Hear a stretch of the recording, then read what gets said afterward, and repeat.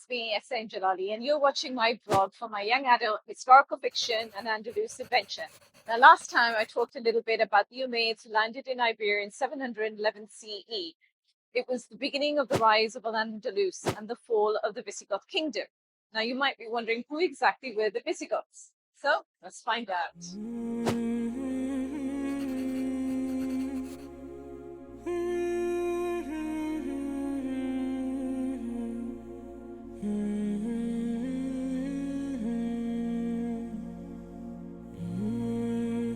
The Visigoths were not Hispanic or indigenous to Iberia.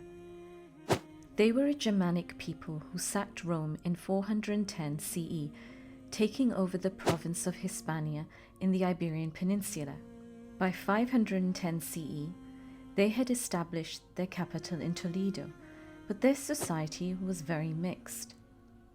The Visigoths themselves were Arian Christians who believed Jesus was a human prophet.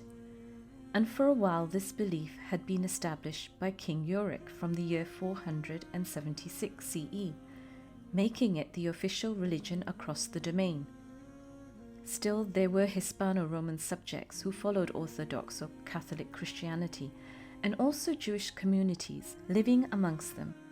Then later, Recared, the Visigoth king, converted to Catholicism and tried to force the rest of the kingdom to follow suit. With this change came the persecution of many, including Unitarian Arian Christians who refused to accept the Catholic beliefs, as well as the Jewish communities, both being subjected to harsh policies that often led them to practice their faith in hiding.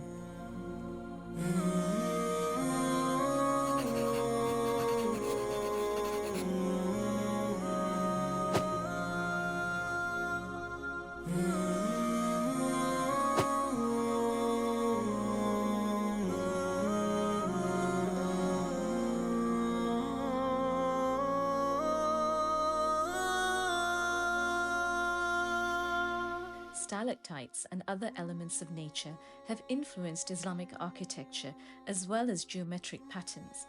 Inspired by geometry, the repetitive nature of Islamic geometric patterns is often associated with the concept of infinity and the eternal nature of God. So you see it here too, in the mosques of Gibraltar as anywhere else.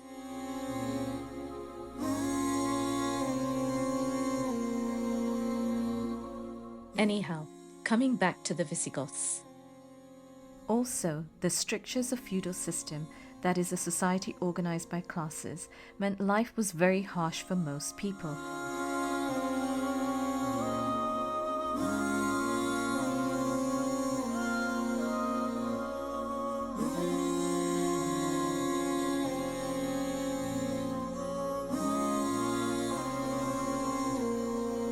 There was nothing but poor conditions and no prospects of it ever improving for the lower orders of society, like for the peasants or slaves. Peasants spent most of their time farming the strip of land assigned to their families by the nobility. Their lives were dictated by the farming seasons and by their oath to obey the nobility.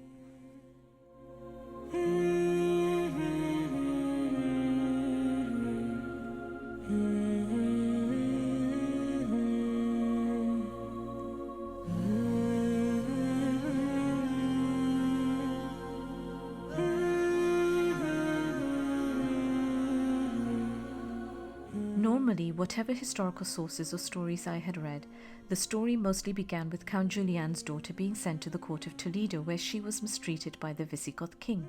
And this was the reason the Umayyads went into Iberia at Count Julian's request. But you know, there is more to the story than just a chivalrous response. The Umayyads also freed the indigenous population of Iberia from an oppressive feudal system and rule of the Visigoths. But instead, the narrative held by some is that Islam spread by entering lands forcing people to convert. Only it couldn't be more further from the truth.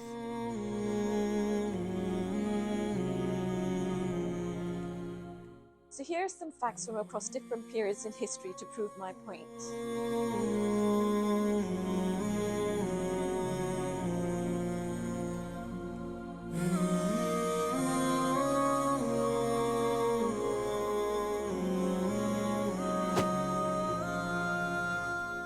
Unlike the Umayyads, when the Abbasids came into power, they weren't interested in expanding. Instead, they wanted to just seek knowledge and preserve it, which then makes you wonder exactly how is it that Islam has spread so far and wide when you look today? This is where the Mongol Empire comes into the picture.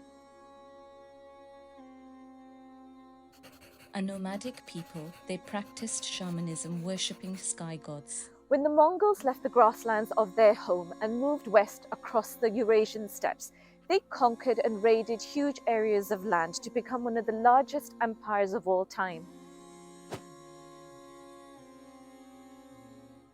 By 1258, Möngke Khan, appointing his brother Hulagu, sacked Baghdad, removing the Abbasid ruler al-Muttasim, bringing the Abbasid era to an end.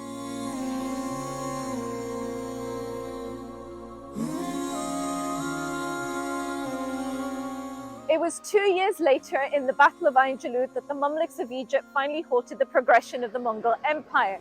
And this is where it becomes really interesting. Over the next generation, the Mongols, living side by side with the Muslims and learning from them, eventually embraced Islam peacefully. The once huge areas of Mongol Empire now became part of Islamic land, and this increased the Muslim world by at least 3 times its size on the map. Also, earlier through migration, roaming Turks of the Central Asian plains entered the heartlands of Islam during the 800s and 900s. Other distant regions like Malaysia and Indonesia were introduced to Islam by merchants traveling the seas, and over time, the majority of its population peacefully converted to Islam. The birth of Muslim Spain is a good example of how the indigenous people of Iberia looked upon the Muslims as saviors and not invaders. Under Islam, a wholesome environment was created where the communities as a whole soon thrived together. They also made huge strides and achievements in many fields like literature, science, and innovations. Study of the past shows Islam created a tolerant society where Muslims lived side by side, harmoniously, respecting the rights of other communities to continue to practice their chosen faith while promising to protect them, their properties, and places of religious worship, like churches and synagogues. However, such considerations as these seen given by the Umayyads wasn't necessarily the case with other civilizations. During the early medieval period, there were also other civilizations around, including those from the Eastern Roman Empire, the Visigoths and the Ostrogoths, each vying for power at one time or another. Not surprisingly, it was a constant fear of any medieval society that their lands would be overrun by neighboring peoples. As such, superstitious acts brought on by fear saw legends and prophecies take hold. So, the Visigoth kings took to a tradition where a marble urn was kept under lock and key in a palace of Toledo. It is said that Roderick, the Visigoth king, broke with tradition, unlocking the palace to unearth its secrets and treasures. When he opened the urn, it revealed a scroll with a picture of Arab horsemen with words that said, "Should this sanctuary be violated, the people depicted in this parchment shall take this land, overturn the throne of its kings, and subdue the whole country." King Roderick felt he had unleashed a curse through his actions, taking the picture on the scroll as a prophecy when he beheld the arrival of the Umayyads near the river Guatelet. But in fact, the Umayyads would end an oppressive rule and transform the lives of the local Iberian people for the better for the next 800 years.